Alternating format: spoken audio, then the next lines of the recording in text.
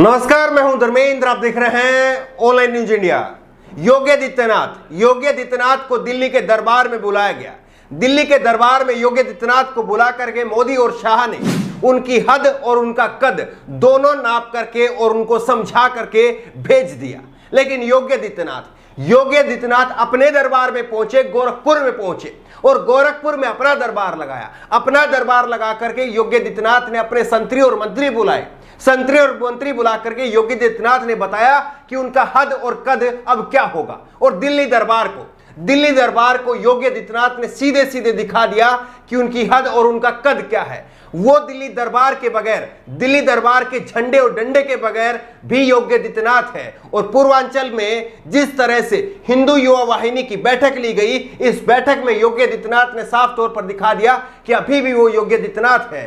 भले ही मोदी और शाह उनके सामने उनको झुक करके बैठना पड़ता है, लेकिन जब वो अपने दरबार में पहुंचते हैं तो किस तरह से वहां के दरबार के राजा के रूप में अपने आप को प्रस्तुत करते हैं। और इस तरह से प्रस्तुत करते हैं कि दिल्ली के दरबार का ना कोई झंडा लगाते हैं, ना दिल्ली के लखनऊ के दरबार का कोई चिन्ह लगाते हैं। सीधे सीधे हम बात कर रहे हैं गोरखपुर के योगी आदित्यनाथ के दौरे की। योगी आदित्यनाथ का गोरखपुर का दौरा हुआ और योगी आदित्यनाथ ने गोरखपुर में हिंदू युवा वाहिनी की एक बैठक ली।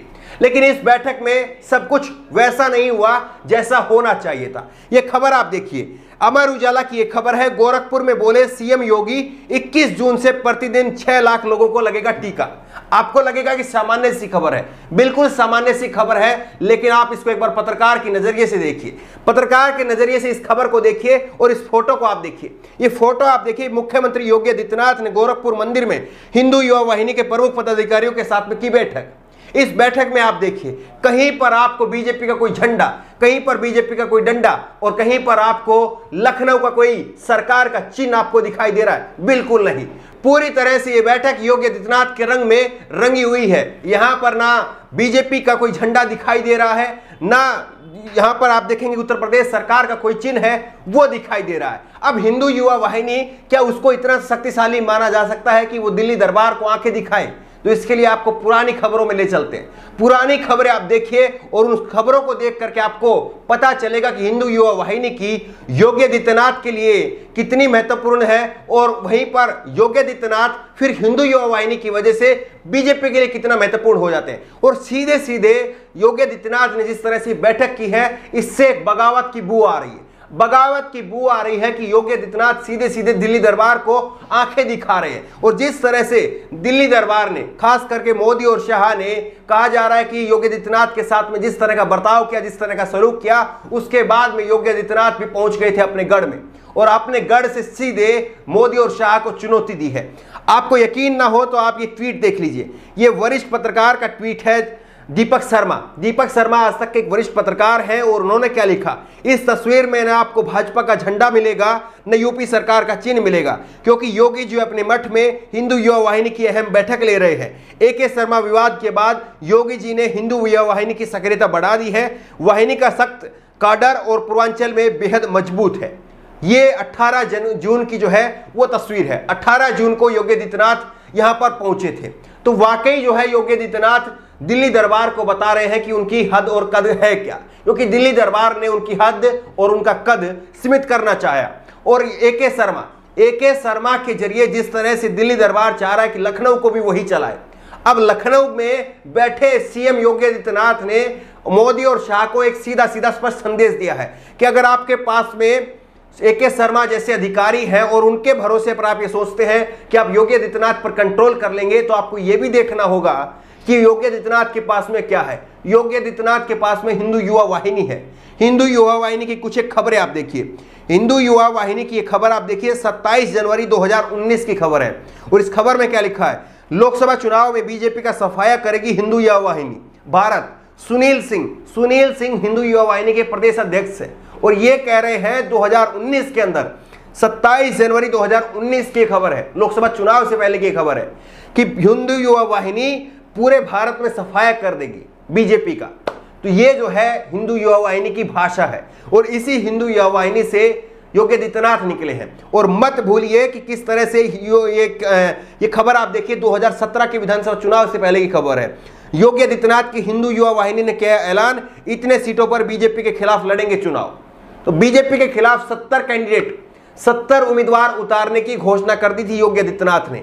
और यह है बीजेपी के लिए बड़ी मुसीबत, पूर्वांचल में कैसे पार पाएगी योगी के बगैर। और शायद इसीलिए योगी है मजबूरी या योगी है जरूरी, इसको आप किसी तरह से भी देख लीजिए।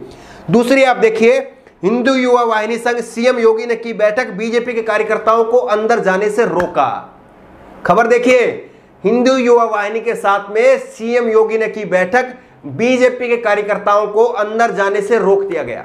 बीजेपी के कार्यकर्ताओं को अंदर नहीं जाने दिया जाता है, बीजेपी के कार्यकर्ताओं को अंदर जाने की अनुमति नहीं मिलती है। यह है योगी आदित्यनाथ की हिंदू युवा वाहिनी। एक खबर और आपको दिखाते हैं, सीएम योगी ने खुद लिया निर्णय, हिंदू युवा वाहिनी फिर होगी एक्टिव, पुराने तेवर में काम करेगी। और यह खबर है 2 मई 2018 की, 2 मई 2018 को। यानी योगी आदित्यनाथ को जब जब लगता है कि उनको दिल्ली पर पकड़ मजबूत करनी है, तब तक वो हिंदू युवा वाहिनी के पैर खोल देते हैं, उनके पर खोल देते हैं और उनको आजाद छोड़ देते हैं। और फिर उसके बाद में बीजेपी के ऊपर लगाम लगाने के लिए, मोदी शाह के ऊपर लगाम लगाने के लिए इसी हिंदू युवा वाहिनी के वो इस्तेमाल करते हैं। और बार बार जो है वो हिंदू युवा वाहिनी के नेता वो इस तरह के बयान देते हैं, इस तरह के उनके कारनामे सामने आते हैं कि आखिरकार खुद योगी आदित्यनाथ तक को भी शर्मिंदा होना पड़ता है।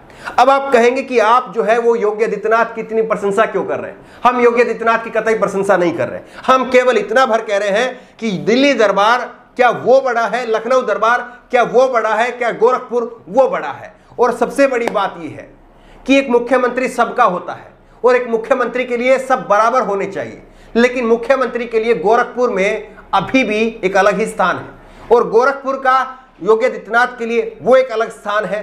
तो कहीं ना कहीं जो है वो एक पैरेलल जो है वो ढांचा चल रहा है, योगी आदित्यनाथ का एक पैरेलल ढांचा चल रहा है और उसमें हिंदू युवा वाहिनी वो अलग से काम कर रही है। योगी आदित्यनाथ जिनके पास में कैबिनेट है उत्तर प्रदेश की, लेकिन वो कैबिनेट ही ये दोष लगाती है कि योगी आदित्यनाथ किसी के सुनते नहीं है, उनकी एक अलग से टीम बनाते हैं, ब्यूरोक्रेसी की अलग से टीम बनाई जाती है। और योगी आदित्यनाथ पर यह भी आरोप लगते हैं कि उत्तर प्रदेश में अफसरशाही वो जो है वो हावी है, वही सारे निर्णय ले रही है, कैबिनेट के मंत्रियों को कोई नहीं पूछता है। तो ये लोकतंत्र के लिए इसलिए सही नहीं है और इसीलिए जो है इस पर सवाल उठाए जाने चाहिए। यहां पर सवाल योगी आदित्यनाथ का, यहां पर सवाल नरेंद्र मोदी का नहीं है, यहां पर सवाल लोकतंत्र और लोकतंत्र की प्रक्रियाओं का है। लोकतंत्र और लोकतंत्र की प्रक्रियाएं दोनों यहां पर वो कमजोर होती हुई दिखाई दे रही है। बड़ा सवाल यह है कि योगी आदित्यनाथ ने सीधे सीधे हिंदू युवा वाहिनी के कंधे पर बंदूक रख करके मोदी और शाह को सीधे सीधे चुनौती दी है कि अगर उनके पास में दिल्ली की सरकार है, आरएसएस का कैडर है, तो उनके पास में भी हिंदू युवा वाहिनी है जो पूर्वांचल में अपनी मजबूत पकड़ रखती है। और उसी के सहारे ये कहा जाता है कि 2017 में मजबूरी बन गए थे योगी आदित्यनाथ, क्योंकि योगी आदित्यनाथ ने करीब करीब 70 उम्मीदवार पहले उतारने का ऐलान किया और उसके बाद में जब वो मुख्यमंत्री बनने से पहले वो बड़ी संख्या में एमएलए का एक गुट को, विधायकों के गुट को अपने साथ लेकर के जाने वाले थे और इसीलिए मजबूरी में योगी आदित्यनाथ को सीएम बनाया गया। ये भी खबरें राजनीतिक गलियारों में खूब चलती है। बहरहाल सवाल ये है, क्या वाकई ये खींचतान में ही अब 5-6 महीने का जो समय है क्या वो खत्म हो जाएगा या उत्तर प्रदेश की सरकार कोई लोगों के लिए काम भी करेगी? जिस तरह की घोषणाएं हो रही हैं कि 12 लाख टीके लगाए जाएंगे, अगर इस रफ्तार को देखें तो दिल्ली उत्तर प्रदेश के अंदर 22 करोड़ लोग हैं, 22 करोड़ लोगों की आबादी है। फिर कैसे इतनी बड़ी आबादी को केवल 12 लाख लोगों को अगर रोजाना टीका भी लगाया जाता है तो कितने दिनों में ये आबादी पूरी कंप्लीट हो पाएगी, ये भी सवाल है।